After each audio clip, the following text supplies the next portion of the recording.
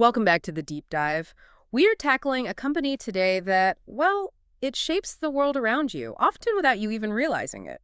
We're talking about Autodesk Inc., kind of the invisible infrastructure behind our modern existence. They truly are the unseen hand. Our listener has provided an incredible stack of sources, and when you immerse yourself in the material, the sheer scale of their influence becomes almost overwhelming. Yeah. Autodesk is just woven into the fabric of the physical and digital world. Absolutely. And when we say pervasive, we mean it. We're talking about the blueprints for the New York skyline, including the iconic One World Trade Center, Right. the manufacturing specs for the electric car you might drive, like a Tesla, and even the mind-boggling visual effects that built fictional worlds like Pandora in the Avatar films. It's not just a software company. It's a design ecosystem. Okay, so let's unpack this.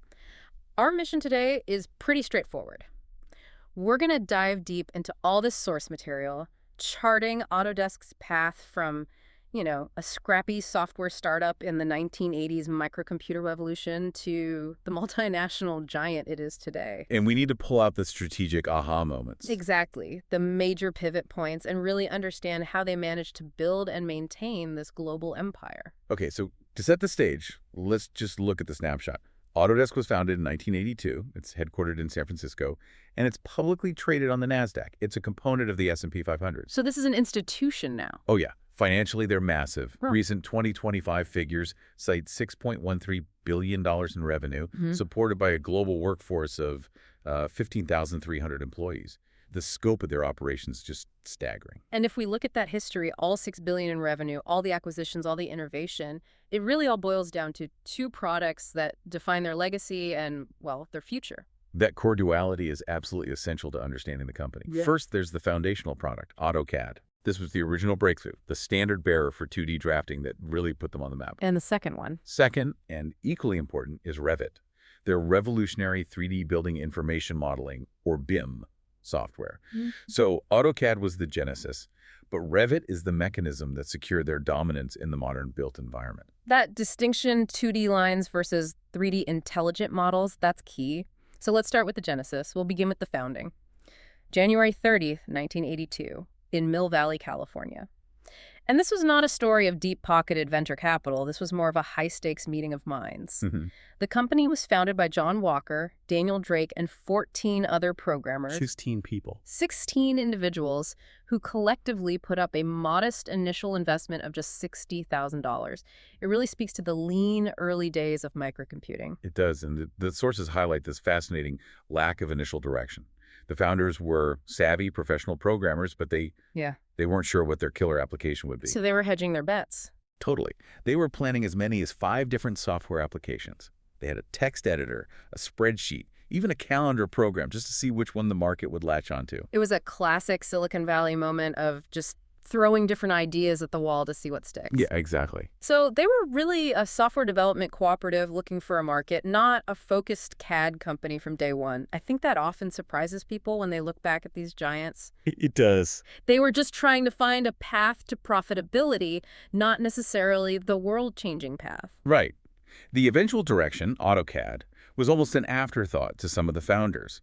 The core technology that became AutoCAD was called Interact, and it was originally developed by a programmer named Michael Riddle back in 1979. And John Walker acquired the rights to it? He did, but not through a massive cash outlay. It was in exchange for ongoing royalties based on future sales.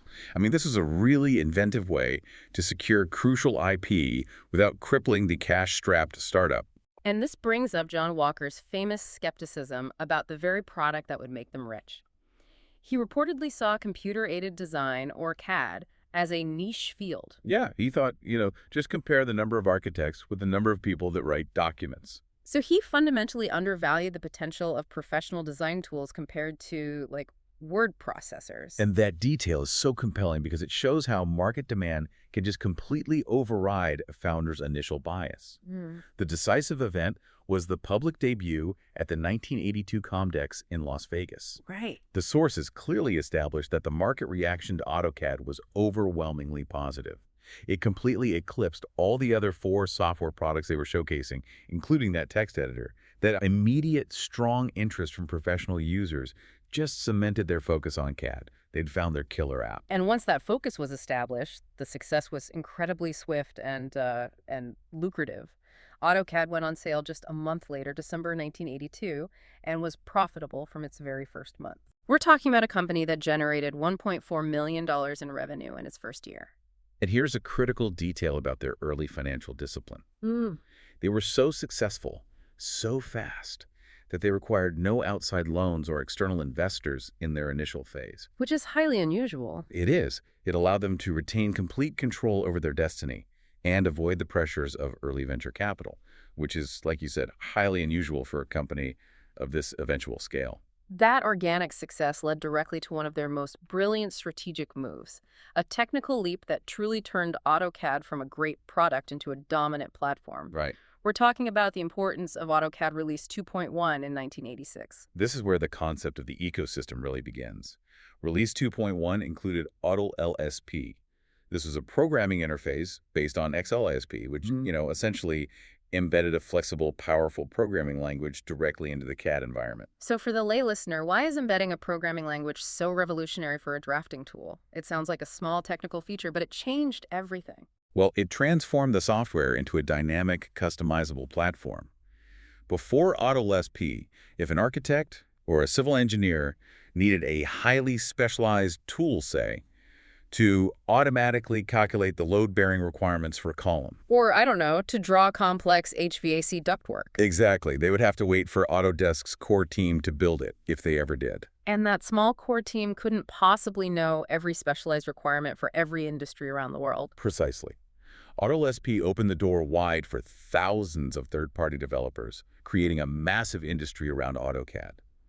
These vertical market developers, specializing in things like plumbing layout, electrical schematic generation, land surveying. They could build sophisticated, specialized applications on top of the core AutoCAD engine. Yeah. So instead of being a single tool, AutoCAD became an operating system for design.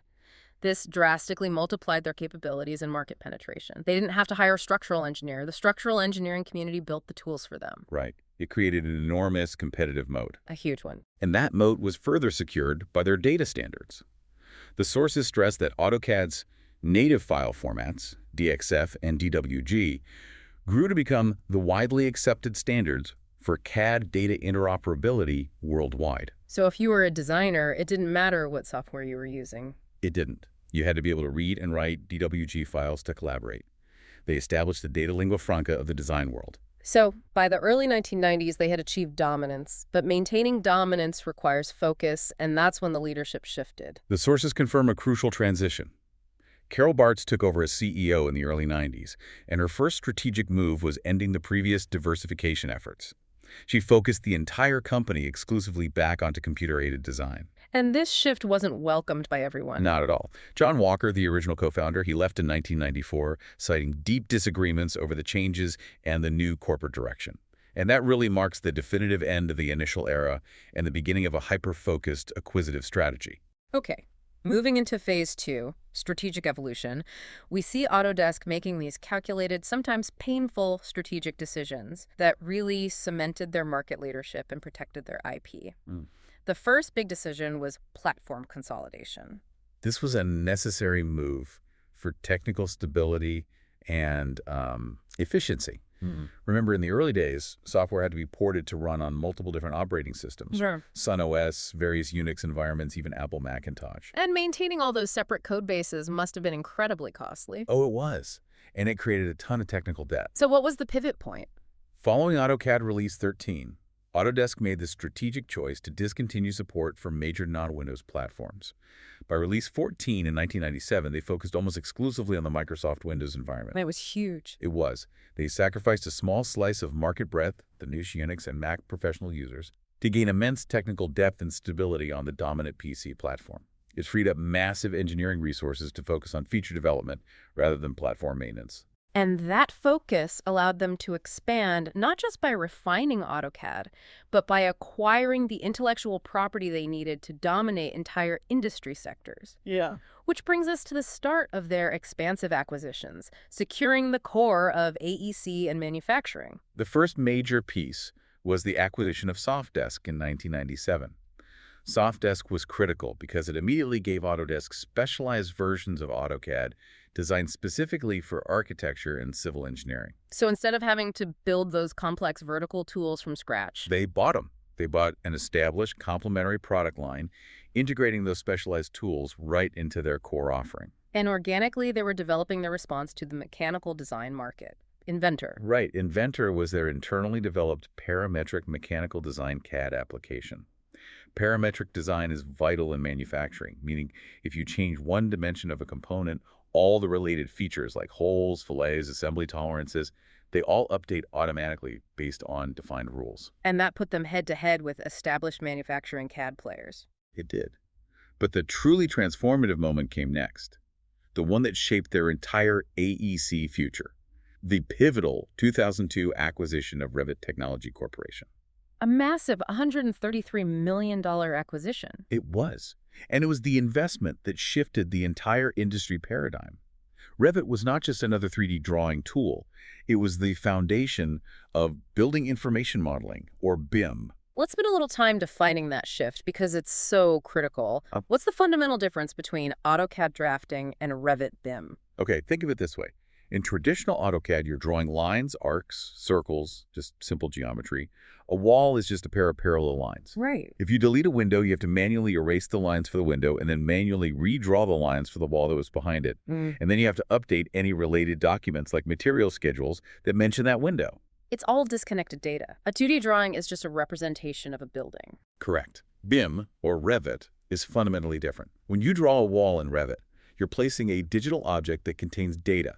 It knows it's a load-bearing, fire-rated wall made of specific materials with certain acoustic properties. So if you move that wall, every related element, the ceiling grid, the electrical wiring running through it, the HVAC registers, and crucially, the bill of materials and cost estimates, they all update automatically because they're linked relationally within a single integrated database model. So the $133 million wasn't just for software. It was for a completely revolutionary, relational, data-rich approach to design. It absolutely was. Yeah. It allowed users to explore construction and management virtually. That justifies the price tag. Yeah. And the acquisition instantly positioned Autodesk as the future leader in architectural and structural design. Now, at the same time, while they were buying up the future of design, they were fighting a legal battle that was crucial for their survival, one that affected every single software company globally, Werner v. Autodesk, Inc. This lawsuit, running from 2007 to 2011, it became a landmark case about the fundamental nature of software ownership. It wasn't about software piracy. It was about the right of a licensed user to resell the software package they had acquired. The protagonist here was Timothy Werner. He bought used licensed copies of AutoCAD from an office liquidation and then tried to resell them on eBay, arguing that he was protected by the first sale doctrine. And this is where the implications get massive for you, the listener. The first sale doctrine is foundational to commerce. It's what allows you to sell a used car, a used vinyl record, a used textbook. Once you buy a copy of a copyrighted work, you are free to dispose of or resell that physical copy. Exactly. Werner argued that when he paid for and received the AutoCAD discs, he had purchased the copy and should therefore be able to resell it. And the initial district court ruling actually sided with him. It did. It agreed that the transaction materially resembled a sale because he paid a non-recurring price and received perpetual possession of the copy. And that sent panic waves throughout the software industry. Because if professional software was considered sold rather than licensed, software vendors would lose the ability to impose contractual restrictions, like prohibiting transfers, limiting use to specific seats, or requiring subscription renewals. It would just destroy the high-value licensing model that underpins professional software. So what was Autodesk's argument, and how did they secure the win? Their argument hinged entirely on the license agreement, the EULA. They argued that Werner never owned the copy of the software. He only purchased a restricted license to use the software copy. And the court agreed. The Ninth Circuit Court of Appeals did. They reversed the lower court ruling and upheld Autodesk's non-transferable licensing restrictions. When the Supreme Court let that decision stand in 2011, it was a massive landmark victory. So the essential takeaway here is that for sophisticated, high-value software like AutoCAD, the transfer is almost universally considered a restrictive license for use, not a sale of the physical goods. You're buying time and rights to use the IP, not the IP itself, and it secured Autodesk's control over its software distribution model. Without this legal victory, their entire subscription and licensing future, which we see today, would have been, well, fundamentally undermined. Securing the technology, securing the legal framework, that is indeed empire building. Now let's look at the modern corporate history, which is marked by significant restructuring, particularly around layoffs. The sources show a clear pattern of strategic shedding of staff. We saw major layoffs earlier, 1,000 employees in 2016, 11,050 in 2017, but the most recent major action, the 2025 layoff of 9,350 employees, which is about 9% of their workforce. That one comes with an explicit context. It does. A restructuring effort to focus heavily on AI and cloud computing. So this isn't just a cost-cutting measure then, it's a strategic pivot. They're actively re-engineering their workforce to align with a future dominated by generative design and cloud-native services. Absolutely. They are shedding roles that serve as legacy products or non-core functions to rapidly bulk up their capabilities in AI development and cloud architecture. It signals their confidence that the next wave of efficiency and revenue will come directly from automation. And their physical presence reflects that pivot too. We should note the company's headquarters shift in 2022 from San Rafael, which had been their home since 1994. To the modern high-tech center of One Market Plaza in San Francisco. It's a very visual symbol of their shift to a focus on cloud and modern tech. And you can see this evolution in their brand identity as well. They updated the logo in 2013 and then again to the current version in September 2021. Well, when a company is integrating dozens of acquired brands and technologies, the core visual identity has to be cohesive, projecting a unified modern face to the massive industries they serve. So let's talk about that reach. Autodesk grew far beyond simple drafting. They are organized across 3 colossal business units, each defining a sector of the global economy. The structure is a masterclass in industry specialization. They've segmented their products to perfectly match the workflows of their users, ensuring maximal market penetration. We'll start with architecture, engineering, and construction, the AEC market. This is the kingdom of BIM, and it is built around Revit. Revit is the flagship. As we discussed, it's relational building information modeling. It allows project teams, architects, structural engineers, mechanical engineers to collaborate within a single, cohesive, three-dimensional model. Which eliminates errors. It eliminates errors, it manages data centrally, and it allows for the virtual exploration of planning, construction sequencing, and long-term facility management. But they didn't stop at design, though. They built an entire ecosystem for the construction phase itself. They absolutely did. This is the Autodesk Construction Cloud. This platform is designed for site management, collaboration, and execution. Key tools here include advanced steel for complex steel detailing and Navisworks, which is crucial for clash detection. Right, for aggregating models from different trades and performing clash detection, making sure the plumbing isn't running straight through a structural beam. And for infrastructure, which are often the most complex projects globally, they have specific tools. Yes, specifically Civil 3D and InfoWorks. Civil 3D is used for civil engineering, design-think roads, land development, and drainage, while InfoWorks is a sophisticated tool for conceptual design and rapid modeling of large infrastructure projects. The proof of this dominance is in the structures they design. What are the high-profile examples the sources highlight? The sheer scale of the projects is astonishing. We're talking about structures like the new section of the San Francisco Bay Bridge, the immense height of the Shanghai Tower, and the structural backbone of New York's One World Trade Center. So when you look up at any modern, complex piece of engineering or architecture, the digital foundation was almost certainly laid in an Autodesk product. Almost certainly. Let's pivot to the production of physical goods manufacturing and digital prototyping. This focuses on creating everything from engine components to consumer electronics. The central philosophy here is the digital twin. Autodesk's manufacturing software facilitates the creation of a complete digital model of a product before the first piece of metal is cut or the first mold is made. The user can visualize, simulate, and analyze the real-world performance of that product using the digital model. You can subject the digital twin to stress, heat, vibration. Exactly. Tests that would be costly or catastrophic to perform on a physical prototype. It dramatically shortens the product lifecycle and minimizes errors. And the principal products here? The Autodesk Fusion family, which covers everything from mechanical design to CAM computer-aided manufacturing. Then there's Autodesk Inventor, their key parametric design tool, and specialized software like MoldFlow for injection molding simulation. And I see VRED listed, which is fascinating. VRED is heavily used in automotive visualization. Think of the stunning, high-resolution renderings you see of new cars before they even hit the showroom floor. That's often VRED. It allows automakers to make rapid design decisions based on highly realistic virtual models. And the most iconic application the sources mention, the use of Autodesk software in designing the components of Tesla electric cars. Yeah. That, alongside its use in industrial machinery, tool and die operations, and mass-market consumer products, it just demonstrates their grasp on modern, high-precision manufacturing. They are indispensable to the global supply chain. Finally, we cross into the realm of pure imagination, media and entertainment, or M&E. This is Hollywood's high-tech toolkit. Right, responsible for turning human performance into digital spectacle.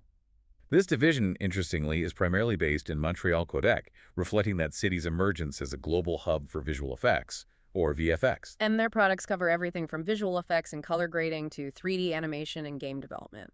The two core products everyone in that industry knows are 3ds, Max, and Maya.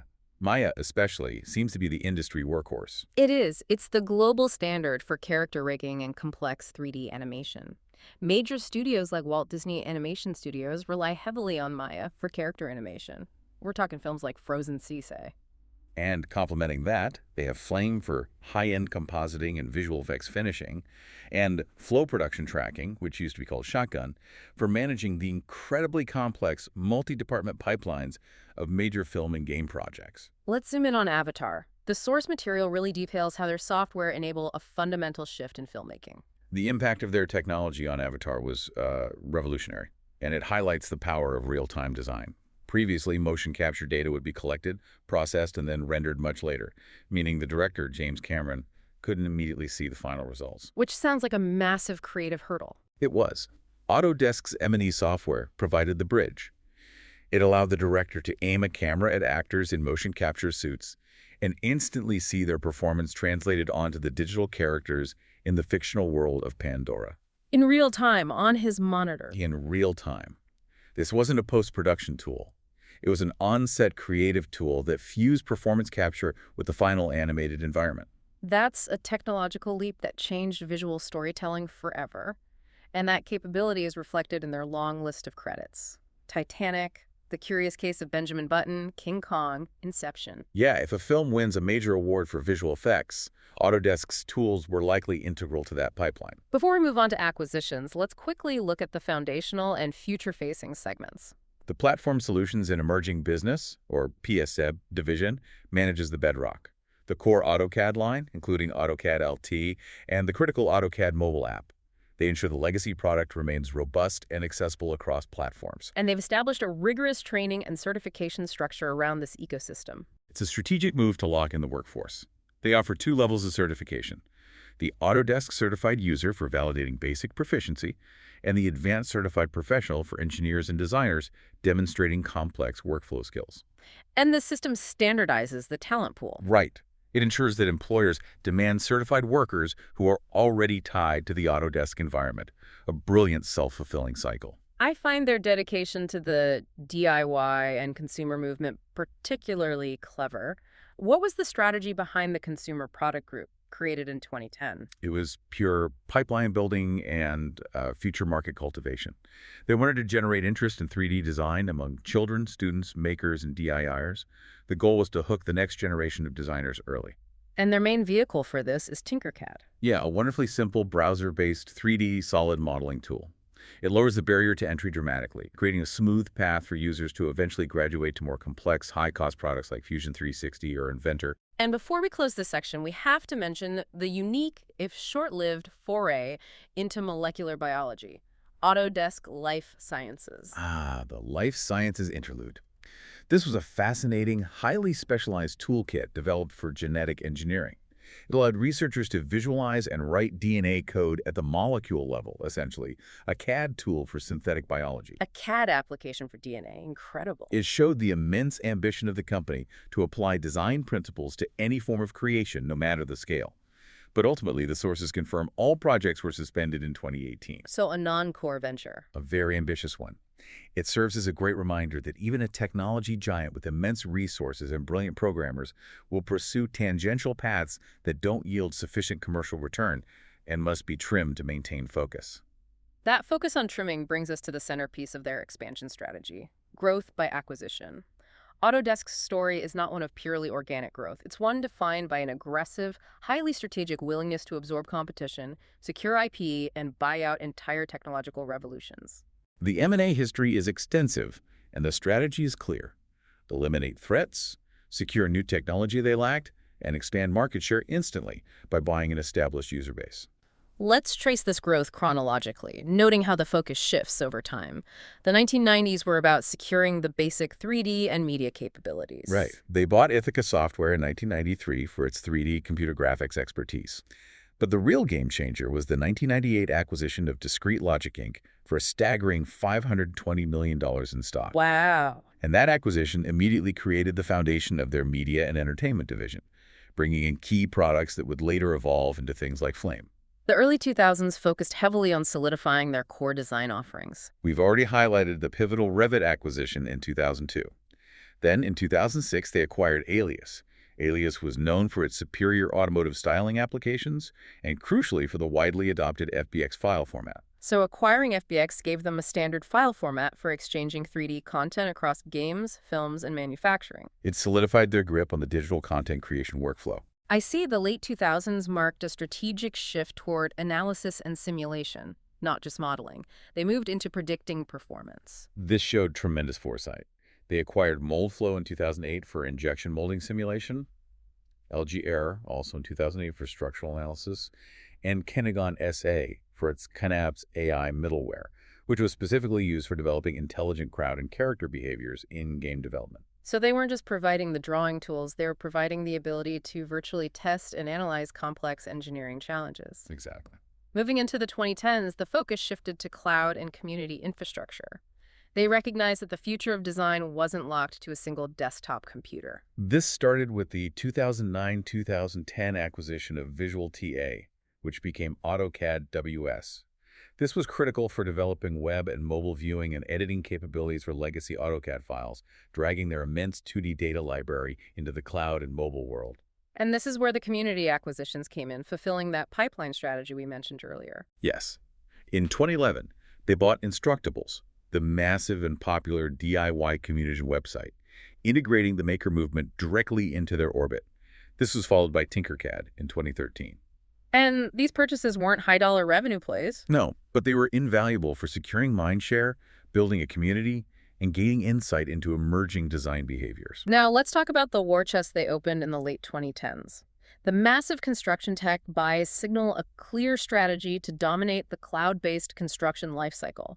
The scale is unprecedented. This reflects their realization that while Revit dominated design, the real-time collaboration and project management on the construction site was the next frontier. They systematically bought out the entire workflow. The numbers are staggering. They acquired PlanGrid in 2018 for $875 million. PlanGrid was a leader in construction productivity software, primarily for field workers managing drawings on mobile devices. And then later that same year, they acquired Building Connected for $275 million, which focuses on construction bid management and qualification of subcontractors. So they bought the design model, Revit, the field execution software, PlanGrid, and the pre-construction bidding platform, Building Connected.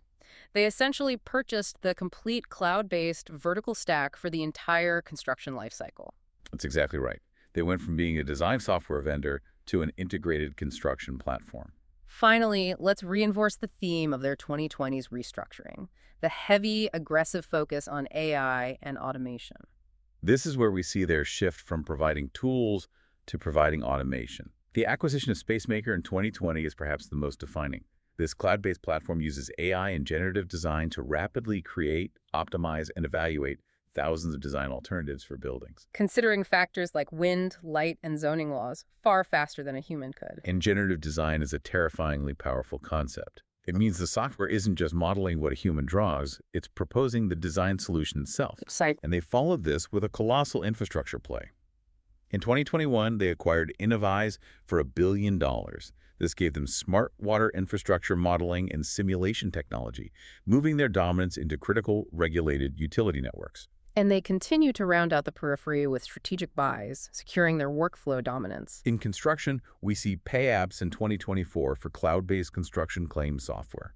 And in media and entertainment, they were buying automation for visual effects, acquiring Wonder Dynamics in 2024, an AI-based 3D animation and VFX tools company, and Golean for specialized crowd simulation for Maya. Every single one of these recent purchases is aimed at consolidating their platforms and injecting AI-driven automation. As we discussed, an empire built by acquisition necessitates a counterpart, a constant, sometimes brutal process of trimming, consolidating, and focusing resources. This is the constant life cycle of the portfolio. It's the messy, necessary reality of managing an integrated ecosystem. As Autodesk shifted its focus heavily towards unified cloud products like Fusion 360 and the Autodesk Construction Cloud, older, redundant, or non-core desktop products had to be sunsetted. And some of the retirements were major, impacting large swaths of the professional community. Absolutely. The decision to discontinue Softimage in 2014, for example, was huge.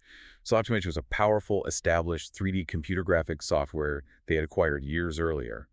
Sunsetting, it was a strategic move to consolidate their M&E resources entirely around their flagships, Maya and 3ds Max. We see that same consolidation drive in manufacturing, highlighting the shift away from local desktop tools toward the cloud platform. Yes, the discontinuation of Inventor Fusion in 2014 demonstrated that internal redundancy would not be tolerated, as its capabilities were merged into the rapidly evolving Fusion 360 cloud platform. And the same with the consumer stuff. Right. Their consumer-focused suite, the 123D family of desktop apps like 123D Make or 123D Catch, were retired, with the useful features absorbed into Tinkercad or Fusion 360, reinforcing the singular unified pathway for users. The AEC side saw some of the most visible consolidation, enforcing that single product integrated approach. That's right. The original Revit was actually sold in specialized modules: Revit Architecture, Revit Structure, and Revit MEP.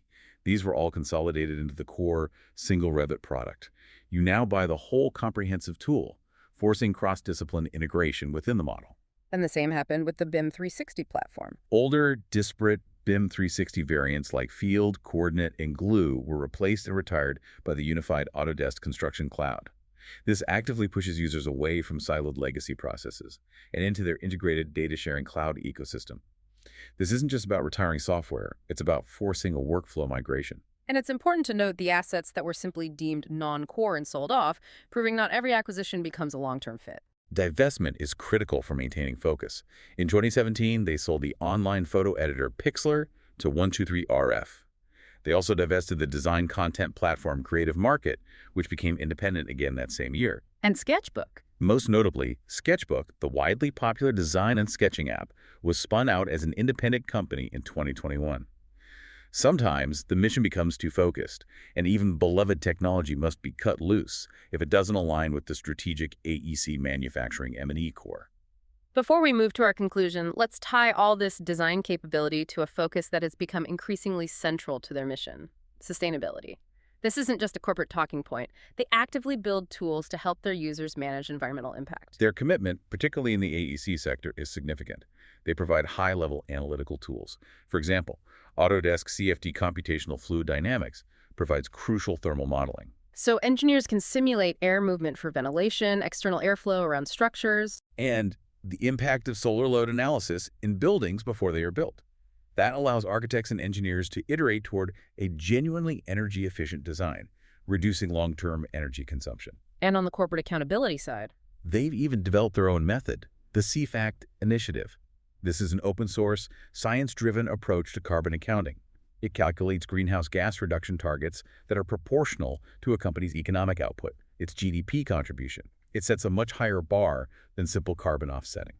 That innovative focus on integrating sustainability into both their products and their corporate operations is why they were included in the Dow Jones Sustainability World Index in 2021.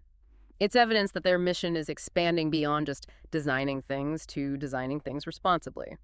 So let's synthesize this massive deep dive. The journey of Autodesk is an object lesson in strategic focus and aggressive timing. They started small, with 16 programmers and one accidental success, AutoCAD, in a market the founder initially dismissed as niche. They survived the brutal platform wars of the 1990s by consolidating around Windows. They secured their entire future licensing model by winning the landmark IP battle, Werner v. Autodesk. And critically, they transitioned from selling a drafting tool to selling an integrated digital ecosystem through relentless high-value acquisitions. They successfully migrated the global design community from 2D drafting with AutoCAD to relational, data-rich building information modeling with Revit. They now own the workflow of construction, manufacturing, and Hollywood VFX. Here is the final takeaway for you, the learner. Autodesk's true product today is not the software box on the shelf or even the subscription on the cloud. It is the digital infrastructure that pre-exists and guides nearly every physical object or structure built today. Yeah. They are selling the Blueprint ecosystem, a unified, integrated, and rapidly automating system that ensures the architect, the engineer, the construction manager, and the animator are all working within the Autodesk framework. Which brings us to our final provocative thought, linking back to the most recent strategic decisions. We've discussed the acquisition of companies like Spacemaker and Wonder Dynamics, which use AI for generative design, coupled with the mass layoffs explicitly structured to focus the company entirely on AI and automation. The transformation is profound. Autodesk is rapidly transforming from a provider of design tools, which empower the human user, into a conductor of design automation. So if the ultimate goal of their new software is to rapidly generate optimized, code-compliant, and functional designs using AI before a human ever touches the keyboard, what does this mean for the future of the human architect, engineer, and structural designer who currently relies on their software for their livelihood? I mean, the company built to empower the user may eventually be structured to make the user redundant. It raises the fundamental question, will the software that was created to empower the professional eventually replace the professional it was created to serve? That's something to mull over the next time you look up at a shiny, perfectly rendered skyscraper.